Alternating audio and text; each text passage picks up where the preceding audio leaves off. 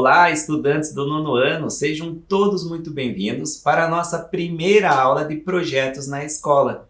Eu sou Emerson, sou professor de Educação Física e estou aqui com a presença de outros dois professores também de Educação Física. À minha esquerda, o professor André, tudo bem? Tudo bem, e você, professor Emerson? Tudo bem. E à minha direita estou aqui com o professor Zampier. Tudo bem, professor? Tudo bem, professor Emerson? Tudo bem também. Muito bem, vocês já podem notar que o nosso cenário aqui contém algumas peças de xadrez, é justamente porque nós iremos tratar sobre um dos projetos desenvolvido em diversas escolas da Rede Municipal de Ensino aqui de Curitiba, que é o projeto de xadrez. Então, aqui com a companhia dos professores André e também do professor Zampier, nós iremos falar um pouquinho desses projetos que são desenvolvidos nas escolas daqui da cidade de Curitiba, e também, na sequência, o professor Zampier irá trabalhar algumas metodologias e didáticas sobre o ensino dessa atividade aí que é tão desenvolvida nas escolas. Então eu convido a você a acompanhar no slide um pouco mais sobre aquilo que nós iremos apresentar sobre o xadrez nas escolas. Vamos lá? Então nós temos aqui a nossa abertura, como nós já nos apresentamos, o professor André, eu sou o professor Emerson e também estamos na companhia do professor Zampier. Professor, e um dos grandes eventos que é realizado do xadrez é justamente o circuito Checkmate, não é mesmo? Isso mesmo, professor Emerson. Quantos alunos, estudantes que participam desse grande evento aí dentro da cidade de Curitiba? Então, geralmente nós abrimos as inscrições, professor Zampier, em torno de 1.000 a 1.200 inscritos, E até no ano de 2019, se não me falha a memória, o professor Zampier pode me ajudar aqui, foi o ano que nós batemos o recorde, de participantes, Isso, em 2019, na segunda etapa, no Sesc Portão, nós tivemos 999 jogadores. Então faltou um ali para 1.000, mas não é porque não tinha essa quantidade de crianças lá no dia do evento, mas não tínhamos mais espaço físico. Então nós limitamos a 1.000 jogadores. É, sem dúvida nenhuma, um dos maiores eventos escolares do Brasil. Isso, é muito importante, professor Emerson e professor Zampier, pessoal aí de casa, que dentro desse evento podem participar tanto os estudantes de escolas municipais, escolas estaduais, escolas particulares também, Mas é um número bastante significativo dos estudantes da Rede Municipal de Educação de Curitiba nesse evento, Então, desses 999, em torno de 600 de estudantes da Rede Municipal de Educação de Curitiba. E esses estudantes, eles desenvolvem, como a gente viu ali, teve 3.900 estudantes desenvolvendo projetos de xadrez nas escolas, e nós, da Coordenadoria de Projetos, nós disponibilizamos o transporte para eles irem até esse evento. Então o professor da escola que desenvolve o projeto com eles, ele acompanha no transporte, no ônibus, vai até o espaço, no caso do recorde, professor Zampier, foi no Sesc do Portão. Então o ônibus sai da frente da escola, deixa os estudantes na frente do local onde vai ser realizado o evento. A Coordenadoria de Projetos também disponibiliza o lanche para eles durante o dia, porque o evento ocorre o dia todo, no período da manhã até o final da tarde, por volta das 17 horas. Então, também a Coordenadoria de Projetos consegue disponibilizar esse lanche para os estudantes poderem passar o dia praticando essa modalidade do xadrez, que é muito importante para o desenvolvimento cognitivo dos estudantes. Que legal. Nós temos algumas imagens, professor André, que mostra melhor, então, um pouco sobre esse evento que é realizado aí do circuito Checkmate. Vamos acompanhar na tela essas imagens. Então, nós temos aqui já, essa aqui foi realizado na Praça Oswaldo Cruz. Na Praça Oswaldo Cruz. Isso. Então, também, vocês podem observar que tem ali grande quantidade de estudantes, sentados ali nas cadeiras, um jogando de frente para o outro, e por mais assim que nós possamos observar esse quantitativo de estudantes, durante a partida é um silêncio muito grande, É um momento de concentração, professor Emerson. Então, existe o barulho, claro, mas ele é extremamente mínimo perto da quantidade de estudantes que nós temos. Então, aqui temos um recorte da foto da quadra, e ainda nós tínhamos mais categorias em outras salas. para ter ideia do tamanho desse evento, né? Nós temos uma outra imagem, claro, que quando nós falamos de eventos, ali nós já podemos observar o público, mas antes dos estudantes que serão e são o nosso público, há um trabalho muito grande na montagem, né? Por exemplo, de mesa, cadeira, tabuleiros, como que é realizado toda essa organização, Zampier? Então, eu sou responsável pela organização da FEXPAR, né? Então, a FEXPAR ajuda na organização, junto com a prefeitura, junto com o SESC. Até a segunda imagem ali nós temos o evento lá no SESC. E um dia antes nós montamos toda essa estrutura, deixamos tudo perfeito para que no sábado as crianças cheguem e abrilhantem o nosso evento. O André vive trabalhando junto com a gente lá montando pecinha, porque são 500 tabuleiros. Realmente é muita peça, né? E aí, na sequência, nós temos outras imagens também, aí já dos estudantes participando do evento, né? E é legal aí porque pode jogar menino contra menina, menina contra menino, enfim, conforme as categorias, não é mesmo? Isso. Então nós distribuímos as categorias, elas são de acordo com o ano escolar. Então nós temos do primeiro ano até o 9º ano, depois o ensino médio e ainda temos uma categoria extra que é a comunidade. Então onde os pais, os professores podem participar do evento também. Então eles continuam no evento. Então todo mundo que está, inclusive você que está em casa, pode sim participar do Checkmate. Legal. Ali eu fui passando algumas imagens durante a sua fala, professor. Nós também, nessas imagens, vemos a presença dos árbitros, né? Para um evento como esse ali, que nós temos aproximadamente 1.000 estudantes, quantos árbitros que participam desse evento e como que é realizado aí a conferência, né, do jogo para ver assim, qual dos dois que venceu a partida? Então nós temos uma equipe toda trabalhando, a nossa equipe chega a 40 pessoas por evento. Se formos fazer uma conta, parece que não bate, né? 1.000 jogadores e só 40 pessoas na organização. Mas o xadrez é um jogo de cavaleiros. Então, o xadrez onde se cumpre a regra, quando acontece qualquer coisa errada, um movimento ilegal, os jogadores param o jogo, levantam a mão, o árbitro vai até a mesa e verifica o que aconteceu. E assim como termina a partida também. Então, terminou a partida, o jogador levanta a mão, o árbitro vai até lá, anota o resultado da partida e as crianças arrumam, organizam o tabuleiro e saem e esperam a próxima rodada. Então, nós trabalhamos ali em torno de 40 pessoas para conseguir dar conta de todo mundo. Então, termina o jogo, eles já são responsáveis de deixar o tabuleiro organizadinho aí com as peças. Isso. Exatamente. Então, e como muitos deles vão em várias etapas, né? Porque nós temos 4 etapas por ano, né? Eles já estão acostumados, já estão adaptados, eles chegam, eles já sabem como funciona, eles já sabem que sai lá o emparceramento, que eles têm que ver em qual mesa eles vão jogar, quem eles vão enfrentar, tem tudo isso e eles já estão bem adaptados. Claro, tem alguns que estão indo a primeira vez, por isso que o professor está lá para auxiliar e todo esse pessoal que está ali e também não só da FEXPAR, né, também da secretaria, está ali para auxiliá-los nesse momento tão importante do evento. Legal, nós temos outras imagens também ali do evento, né?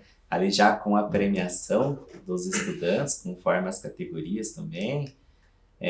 Aqui é uma das escolas aqui da Rede Municipal de Ensino, né, professor André? Isso, a escola Ninfa Maria da Rocha Peplou, eles têm um número bastante significativo de estudantes, eles participam há bastante tempo do circuito Checkmate. A professora já desenvolve há bastante tempo também esse projeto na escola. São bem participativos e têm resultados bastante significativos, né? E é legal, né, professor André, que comentou que faz muito tempo que participa. Então o nosso circuito, ele é um circuito de mais de 20 anos. Então é tradicional já aqui na cidade de Curitiba, há muito tempo atrás, até eu já joguei esse circuito quando criança, também pela escola da rede. Então você consegue misturar as gerações, eu acho que isso deixa mais bacana. E nós temos tentado fazer o dia do xadrez, então eles saem de casa, né, de manhã cedo, né, André, passa o ônibus pegar às 7 e pouquinho da manhã, e eles vão o dia do xadrez, então é um dia especial realmente, que vai terminar, né? Então ele tem aula na escola, ele aprende a jogar xadrez, ele vai desenvolvendo e aí ele vai para o torneio, que é o ápice ali do ensino. Legal, nós temos ainda outras imagens, né? Aqui outra escola também na rede, no momento da premiação dos estudantes. Isso. Mais uma escola. A gente vê que tem bastante estudantes da rede, né, participando.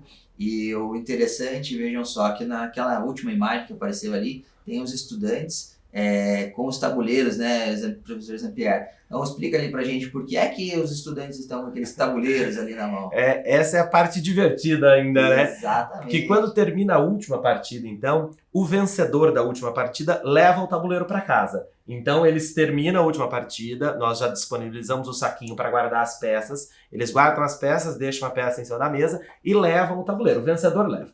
E quando acontece o empate? Aí os dois ganham o tabuleiro. Então nós temos tabuleiros extras ali, damos para eles os tabuleiros. E o legal da foto ali também mostra as medalhas. Então, além dos primeiros colocados receberem as medalhas, todos os participantes também recebem uma medalha de participação, que é muito bacana, né? Muito bonita, eles adoram. Então, na última rodada, todo mundo já joga com a medalha de participação. É bem legal de ver a última rodada, é muito bacana porque eles estão ali todos sentados, organizados para iniciar a partida e já vestidos ali com a sua medalha, né? Que é o grande prazer no final ali do dia, de um dia bastante significativo, bastante importante para eles. Ainda sair com essa recordação aí é muito bacana.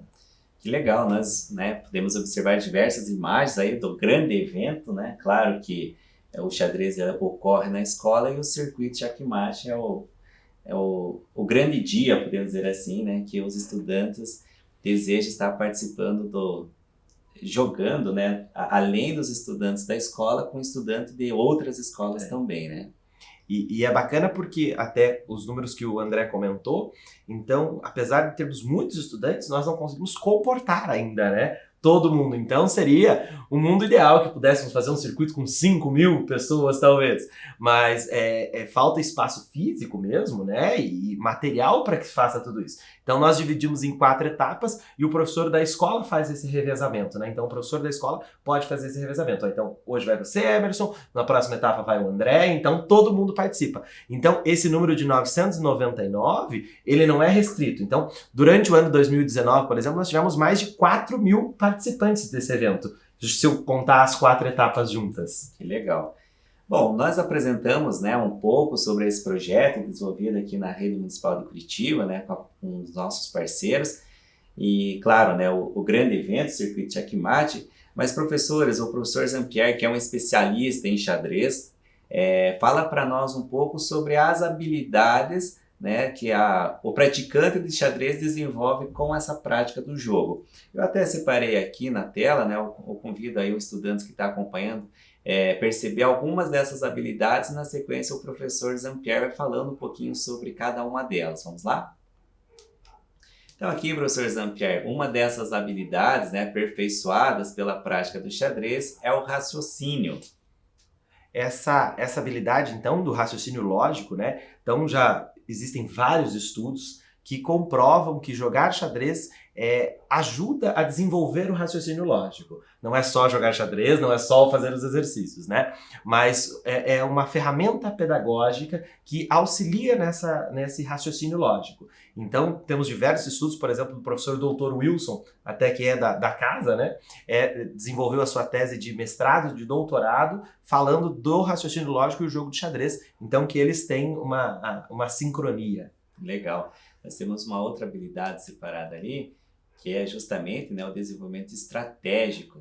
Perfeito. Então, o xadrez ele é um jogo de guerra, né? E na guerra tem que se ter uma estratégia. O xadrez tem a essência de um jogo de guerra. Então, se você imaginar em casa uma guerra, tem que ter uma estratégia, né? Não é uma coisa maluca, então tem que ter uma estratégia. E essa organização desse pensamento te ajuda a desenvolver estratégias.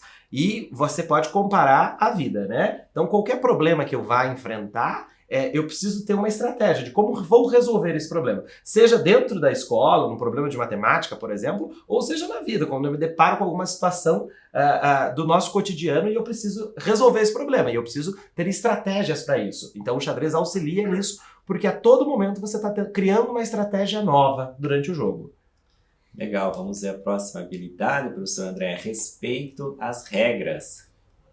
Exatamente, professor Emerson. Então, como o professor Zampieri também já comentou, né? Não só no desenvolvimento do jogo, mas também na vida, nós temos que respeitar as regras, né? Seja no trânsito, seja no trabalho, seja na escola, seja no jogo, nós temos que respeitar as regras. E para que o jogo funcione, nós temos que sim seguir o que a regra do jogo nos traz. E um detalhe muito legal, né? Na fala anterior do Zampieri, por exemplo, quando os estudantes estão praticando, e há alguma dúvida também sobre uma determinada jogada, eles podem levantar a mão para que o árbitro tire essa dúvida, né? Perfeito. O árbitro não é um punitivo, né? O árbitro também ele educa, então ele também ajuda. E é interessante um ponto sobre as regras, é que não dá para jogar xadrez se você não cumprir as regras. Não tem como, não existe. Alguns outros esportes nós podemos jogar. Posso jogar futebol sem chuteira? Posso, vou jogar futebol da mesma maneira ali, brincando. Mas mesmo brincando no xadrez, não tem como não cumprir a regra, porque senão você não consegue jogar xadrez. Legal. Vamos ver a próxima habilidade ali. Nós temos a tomada de decisão. A tomada de decisão é uma das mais fantásticas habilidades que o xadrez trabalha. Porque, como nós já dissemos do problema. Então, eu enfrento um problema tanto no tabuleiro ou na vida, e eu preciso tomar uma decisão, preciso fazer alguma coisa. Mesmo que não fazer nada é uma decisão, né? Decidi não fazer nada, mas eu tomei essa decisão. E se eu for pensar no jogo de xadrez, a cada movimento, a cada jogada que eu faço, eu tomo uma decisão. Vou ter uma consequência depois, seja ela boa ou ruim, posso perder a peça, posso perder o jogo, mas eu vou tomar uma decisão. Então o xadrez vai te treinando essa habilidade, porque a todo momento você vai tomar a decisão. E só quem toma essa decisão é você. Então o professor Emerson não pode estar me ajudando enquanto eu estou jogando xadrez. Eu não posso estar jogando e o professor está soprando, joga isso, joga isso. Então não pode. Então a decisão é minha, única e exclusivamente minha. E isso é muito bacana para trabalhar desde pequeno. Legal. E nossa última habilidade, né, que nós mencionamos ali para fechar os nossos quadrinhos, é a concentração. E aí, né, professor André, diante de praticamente 1000 estudantes, na hora do jogo, todo mundo concentrado, quietinho, fazendo o seu melhor ali. Exatamente, professor Emerson. Então, como já foi comentado anteriormente, né, mesmo com esse número tão grande, tão expressivo de estudantes e até de participantes, de pais na plateia, no momento em que se inicia a partida, é um silêncio e eles estão focados, concentrados na partida. Então a concentração é de extrema importância no jogo de xadrez. E vou dizer quanto estudante, enquanto jogador de xadrez, quando nós estamos jogando muito concentrados em uma partida, pode desabar tudo do nosso lado que nós estamos na partida. E muitos professores, às vezes, ou pais principalmente, os professores já aprenderam com as crianças. Mas o pai fala, nossa, mas eu tava ali falando, te chamei, mostrei que tava ali. E a criança diz, mas eu nem vi, eu tava concentrada jogando. Porque você tá imerso naquele problema que tá se apresentando na sua frente e você quer resolver. Então você foca muito a sua atenção. Então você está extremamente concentrado nesse jogo. Que legal. Então essas são apenas algumas das habilidades, né, professor Zampieri? E a partir de agora, na nossa aula, já apresentamos aí esse projeto desenvolvido aqui na Coordenadoria de Projetos pela Prefeitura Municipal de Curitiba, né, com a parceria da FEXPAR, do SESC, da SMELG. Falamos dessas habilidades, né, que são desenvolvidas com a prática do xadrez. E agora o professor Zampieri, que é um especialista em xadrez, ele vai explicar para nós algumas metodologias de ensino para a prática do xadrez. Então, professor Zampieri, eu vou passar o slide, convido os alunos a acompanharem na tela. E aí, a partir de agora, o professor Zampieri dirige aí um pouco dessa explicação sobre a prática do xadrez. Perfeito. Então, eu coloco o tabuleiro, a imagem do tabuleiro, como vocês podem olhar, e aí pode pensar assim, professores, mas eu já sei jogar xadrez, eu já vi esse tabuleiro. E o mais bacana, mais legal no xadrez é que ninguém sabe tudo. Ninguém sabe tudo. O xadrez é um jogo milenar e não existe ninguém que saiba tudo do jogo. Então sempre nós temos um desafio novo, algo novo para apresentar no jogo. Então eu coloquei aqui o tabuleiro. Para quem não conhece o tabuleiro, então a primeira vez que está olhando, o tabuleiro tem uma forma, né, geométrica, que é o quadrado. Então nós temos ali uma figura plana, o quadrado. E dentro deste quadrado nós temos outros 64 quadrados. E eles são alternados em cores claras e em cores escuras. Vocês podem observar ali que o primeiro quadradinho do lado esquerdo do tabuleiro é uma casa escura. E depois ele vai alternando em casas claras e casas escuras, casas claras e casas escuras. O legal é que, assim, no xadrez nós usamos todas as casas do tabuleiro. Então, tem alguns jogos parecidos, como o jogo de dama, que ou você joga na casa clara ou você joga na casa escura. No xadrez nós usamos todas as casas do tabuleiro. Então, ele é um quadrado com 64 casas distribuídas dentro deste quadrado maior. Eu separei aqui algumas coisas interessantes dentro do tabuleiro. Então, no tabuleiro nós temos as colunas. As colunas, como vocês podem perceber ali, que eu deixei de vermelho, as colunas, elas são na vertical. Então, elas ficam de pé e elas são nomeadas pelas letras. Então, tem ali letra A, B, C, até a letra H. Então, essas são as colunas do tabuleiro. Depois das colunas, nós também dividimos os tabuleiros em fileiras, que são as linhas na horizontal. E essas linhas também têm nome. Ela é nomeada do número 1 até o número 8. Então, olha que interessante. Mesmo que, às vezes, a gente acha que já conhece tudo do xadrez, já conhece tudo do tabuleiro, é um detalhe interessante, que as colunas e fileiras, elas têm nome. Cada uma, então, eu tenho a fileira 4, que eu sei que é a fileira lá do número 4. Ou eu tenho a coluna B, eu sei que é a vertical, né, a coluna B. E ainda nós temos uma linha inclinada, que nós conhecemos e chamamos de diagonal. Eu pintei várias diagonais ali diferentes, coloquei cores, coloquei vermelho, amarelo, azul, para que vocês possam observar. Então a diagonal ela é uma linha inclinada e ela é sempre uma casinha da mesma cor.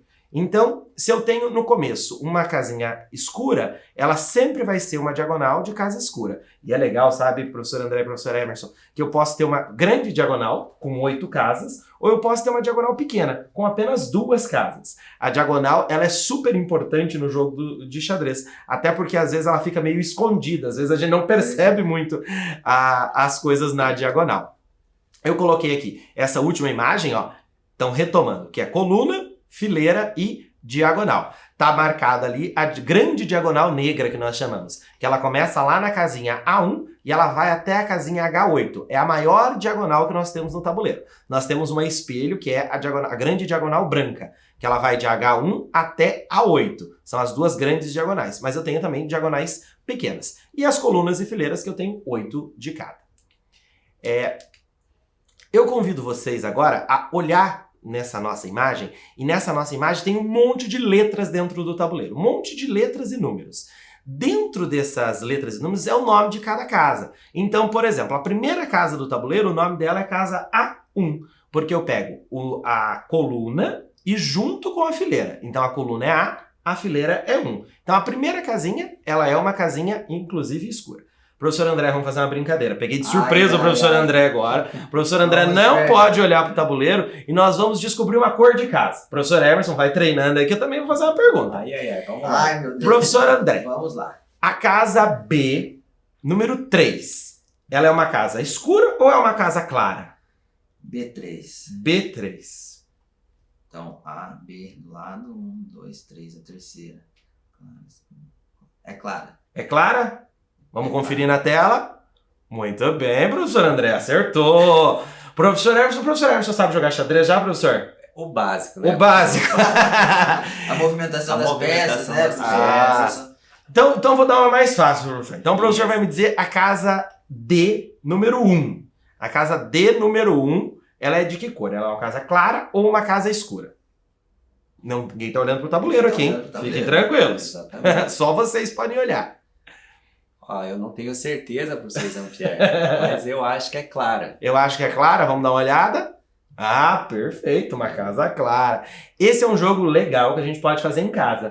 A gente pode convidar alguém da nossa família, um irmão, um pai, mãe, alguém, né, familiar, e ele pode jogar conosco esse jogo de adivinhar as cores da casa. Então nós falamos o nome da casa e o nosso adversário, né, o nosso amigo, tenta descobrir a cor da casa. Professor Zampieri, até esse é um exercício bastante importante, né? E até gostaria de pedir que você comente aí para os estudantes por qual motivo esse jogo pode ajudar no jogo de xadrez, né? Essa atividade pode ajudar no jogo de xadrez.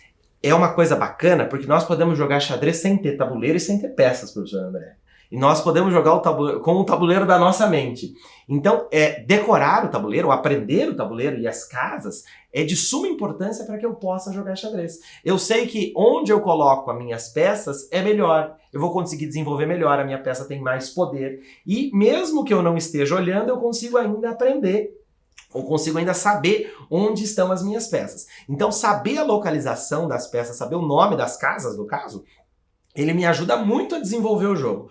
Todo jogador de xadrez com um alto nível, que queira ser um grande jogador de xadrez, sabe isso de cor e salteado. Essa brincadeira funciona com eles, mas eles provavelmente vão acertar tudo. E provavelmente muito mais rápido do que nós. Muito mais rápido, muito mais rápido, porque conseguem fazer essa relação rapidamente. Professor Zampieri, então agora nós vamos fazer ao inverso, né? Então você que é o especialista aí no xadrez, nós vamos fazer o teste com você aí, assim como a gente convidou já vocês a fazerem em casa. Então, professor Zampieri, eu vou falar uma letra e o professor Emerson vai falar um número. Para ficar mais difícil. Para ficar mais difícil. E você vai dizer pra gente se é uma casa clara ou se é uma casa escura. Combinado? Feito. Vou Professor tentar, Emerson, prometo. vai pensando aí um número, eu vou pensar aqui uma letra e eu já vou lançar a letra C. A letra C eu vou lançar o número 5. 5. C5. Vocês fizeram pra eu pensar, né? Porque colocaram lá no meio do tabuleiro. Lá no meio do tabuleiro. C5. Eu posso contar de várias maneiras. Eu posso contar, por exemplo, que eu quero chegar no C. Então eu sei que a primeira casinha é escura. Então escura, clara, escura. Então C1 é escuro. Aí o C2 é claro, C3 é escuro, C4 é claro, C5 é escuro. Acertei? C5, casa escura. Muito bem. Tá vendo? Ele está sabendo mesmo das casas. Ele já sabe, né? Já aprendeu aí as casas conforme ele já falou. 64 casas. As 64. Se a gente perguntar cada uma delas, ele vai falar aqui cada uma qual cor é e qual casa é. Então nós conseguimos aprender dessa maneira, e as casas do centro, elas são mais difíceis, né? Porque quando eu tô na primeira linha ou na primeira fileira, eu sei a primeira casa, então eu consigo ir ali me ajudando. E às vezes as pessoas dizem assim, vou fazer uma pergunta difícil. Aí faz H número 8, mas ela tá lá na pontinha, então é fácil. Então as casas do meio, as casas do centro, elas são mais difíceis pra gente saber a cor. E continuando a nossa apresentação de tabuleiro, eu queria convidar os estudantes a construir o seu próprio tabuleiro. Porque nós podemos jogar xadrez sem ter o tabuleiro de xadrez ou fazer o nosso tabuleiro de xadrez. Então, eu vou colocar umas dicas aqui para nós irmos construindo o tabuleiro de xadrez. Então, a primeira coisa que nós vamos pegar é uma folha. Eu fiz uma medida de acordo com uma folha sulfite, uma folha normal que nós temos em casa. Então, a primeira coisa, nós vamos desenhar um quadrado. Vamos desenhar um quadrado. Esse quadrado ele tem 16 centímetros de cada lado. Como é um quadrado, os lados são iguais. Então eu tenho 16 centímetros de cada lado. Então eu vou fazer esse primeiro grande quadrado. O legal é que você consiga fazer mais no centro da folha, para que não fique muito na beiradinha, né? Você consiga fazer mais no centro da folha. Então essa é a nossa primeira atividade. Então, dando continuidade, eu posso também fazer em uma folha maior. Nada me impede que eu faça numa folha maior. O legal é assim, eu já posso fazer um exercício de matemática aqui para vocês. Se eu tenho 8 casas, então eu tenho que fazer um múltiplo de 8. Então, por exemplo, a segunda parte do nosso exercício vai ser dividir esse quadrado grande em quadrados menores. Nós vamos fazer aqui quadrados de 2 centímetros, porque se eu fizer 8 vezes 2, 16. Então, se eu quero fazer um tabuleiro maior, por exemplo, que tem uma folha, uma cartolina grande, algum material maior para fazer, eu posso fazer, por exemplo, 8 vezes 5. 8 vezes 5, 40. Então, meu quadrado vai ter 40. E cada casinha vai ter 5 centímetros. Então, o segundo passo é esse. Você desenhar os quadradinhos dentro do quadrado grande. Então, nós precisamos desenhar 64. É legal ir medindo certinho com a régua, de 2 em 2 centímetros, que cabe e fica perfeito. E o terceiro e último passo é o pintar. E aí eu tenho que ter atenção, tenho que tomar cuidado para não inverter quando eu vou pintar. De novo, lembrando que a primeira casinha do tabuleiro do lado esquerdo ela é uma casinha escura. Então eu vou pintar a primeira de escura e depois eu vou alternando. Clara, escura, tanto para coluna quanto para fileira. Eu vou alternando. Eu só não alterno na diagonal. Na diagonal é sempre da mesma cor. Professor André, o tabuleiro precisa ser preto e branco? Não necessariamente, professor Zampieri. Pode ser da cor que vocês quiserem. O tabuleiro, vocês estão construindo, vocês estão confeccionando, então vocês podem utilizar a cor que vocês quiserem. A única regra é que seja uma casa escura e uma casa clara. Então, se eu gosto de azul e amarelo, então eu vou pintar o azul bem forte e o amarelo um pouco mais fraco. Assim, vai continuar alternando as casas entre casas claras e casas escuras. Vou mostrar o meu tabuleiro pronto aqui, ó. Esse é o professor Emerson que fez o desenho, né, professor Emerson? Ó, ficou perfeito ali, professor Emerson. Então nós vamos terminar de desenhar o tabuleiro, e o tabuleiro de vocês vai ficar igualzinho o nosso aqui. Se sobrou um espacinho nas bordas, você pode colocar as letras e os números. Mas vocês sabiam, professores, que não é obrigatório ter letras e números no tabuleiro? É mesmo, professor Zampieri? Não é obrigado, porque lembra que eu falei que os jogadores, eles sabem isso de cabeça? Então não precisa ter letra e número. O jogador ajeita a primeira casa sendo uma casa escura e depois disso não precisa ter. Ele é um quadrado, então eu posso ir girando esse tabuleiro. E, professor Zampieri, geralmente os tabuleiros, né, que não tem o letra e número, eles podem causar uma certa dúvida em jogadores iniciantes, né? De qual lado ele é posicionado para o jogador. Por exemplo, eu sento de frente para o colega que vai jogar comigo. Como que eu posiciono o tabuleiro corretamente quando ele não tem nem letra nem número ali? Perfeita a sua pergunta, professor Emerson. Porque o que acontece? Então eu sempre tenho que ter na minha mão esquerda uma casa escura e sempre na minha mão direita uma casa clara. Às vezes a gente confunde direita ou esquerda, então uma delas a gente sabe, sempre. Então se eu sei a direita bem, eu sei que a direita tem que ser uma casa clara. E aí o meu adversário também vai ter, como nós jogamos de frente, né? O meu adversário também, a casa direita dele também é uma casa clara.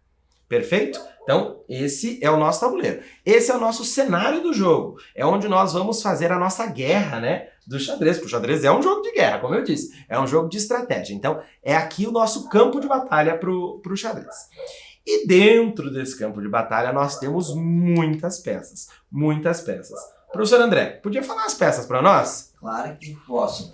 Então, nós temos os peões, né? Que são 8, como a gente falou, né, professor Zampieri, nós temos 8 casas, então são 8 peões. Nós temos o cavalo, né, são 2 cavalos para cada cor de peça, né, nós temos as torres, devia ter falado já, né, peões, torres, ponta, né, mas, enfim, nós temos... Mas vamos seguindo, porque não tem uma ordem, né? E essa é a surpresa, porque a gente não vai trabalhar a posição inicial hoje. Não. Das peças, né? Então, eu já falei dos 8 peões, falei dos 2 cavalos, tem também 2 torres, né? Temos 2 bispos, aí nós temos uma dama e um rei. Perfeito. Então, nós colocamos na imagem, se vocês observarem ali, que é um jogo físico. A primeira ali que tem as colunas coloridas, são jogos físicos, onde as peças, né, são de verdade, digamos assim. E do ladinho, as peças como elas aparecem no computador. Porque hoje é muito fácil jogar xadrez no computador. Então você pode jogar xadrez no computador e você vai ver essas imagens que estão do lado. Então as primeiras imagens, as coloridas, são as peças físicas e depois tem o símbolo do lado. Aquele símbolo eles vão aparecer com mais frequência nos jogos da internet. E você sabe, professor André, que tem uma curiosidade. Porque tem uma peça que ela troca de nome. Dependendo do lugar onde você vai jogar. Porque se eu sair daqui e for jogar em qualquer lugar do mundo, são sempre essas mesmas peças de xadrez. Mas tem uma que ela fica trocando o nome. Ah, meu Deus. Sabe qual é essa peça, professor? Que peça é essa que tanto troca o nome aí? É a dama. A dama também é conhecida como rainha. Em alguns filmes, por exemplo, eles chamam de rainha. Temos até séries famosas agora que falam de Gambito da Rainha, ou a rainha de algum país. Então tem todo esse mistério. E é realmente para homenagear a rainha. Então é o rei e a rainha. No Brasil, nós chamamos de dama. E eu vou explicar mais para frente nos nossos próximos encontros por que nós chamamos de dama. Mas está perdoado chamar de rainha, pode chamar de rainha também. Depois eu vou explicar por que essa diferença aqui no nosso país. Pois bem, então nós temos 16 peças do jogo. Eu tenho 16, se eu estou jogando contra o professor Emerson também tem 16 peças. Nosso tabuleiro tem 64 casas, cada um de nós tem 16 peças. No total, 32 peças. Olha que dado interessante. Metade do tabuleiro tem peça e metade do tabuleiro não tem peça. E essa metade que não tem peça é a faixa do centro, que é onde as coisas acontecem ali, é onde tudo vai acontecer, a guerra do xadrez, a batalha do xadrez vai acontecer naquele centro do tabuleiro, que é a parte mais importante. Nós podemos imaginar o tabuleiro como uma montanha. Se eu imaginar o tabuleiro como uma montanha, então ela começa aqui e vai ter o pico lá em cima. O que acontece? A parte de cima é o melhor lugar para eu estar numa guerra. Por que é o melhor lugar para eu estar numa guerra? Pela visão, né? Pela visão, eu consigo enxergar todos à minha volta. Então as casas do centro, elas são muito disputadas por outras peças, menos por uma. Uma peça não gosta de ficar lá em cima. E é a peça que nós vamos trabalhar hoje, que nós vamos aprender hoje. Que peça é essa, será, professor Emerson? É a peça que não gosta de ficar lá em cima, professor. Tem uma ideia?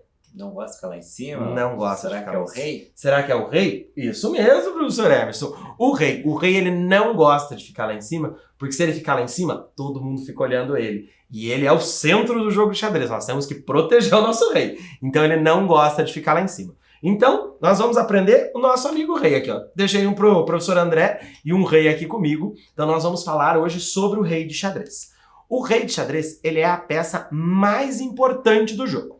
Ele é tão importante, mas tão importante, que não existe xadrez sem o rei de xadrez. Não existe. Eu posso jogar xadrez, posso perder um peão, posso perder um cavalo, posso até perder a rainha, mas eu nunca vou perder o rei. O rei do xadrez é a peça central do jogo. Sem rei, não existe xadrez. Então é a primeira lição que eu tenho que saber do rei. Ele é a peça mais importante do jogo, sem ele, não existe.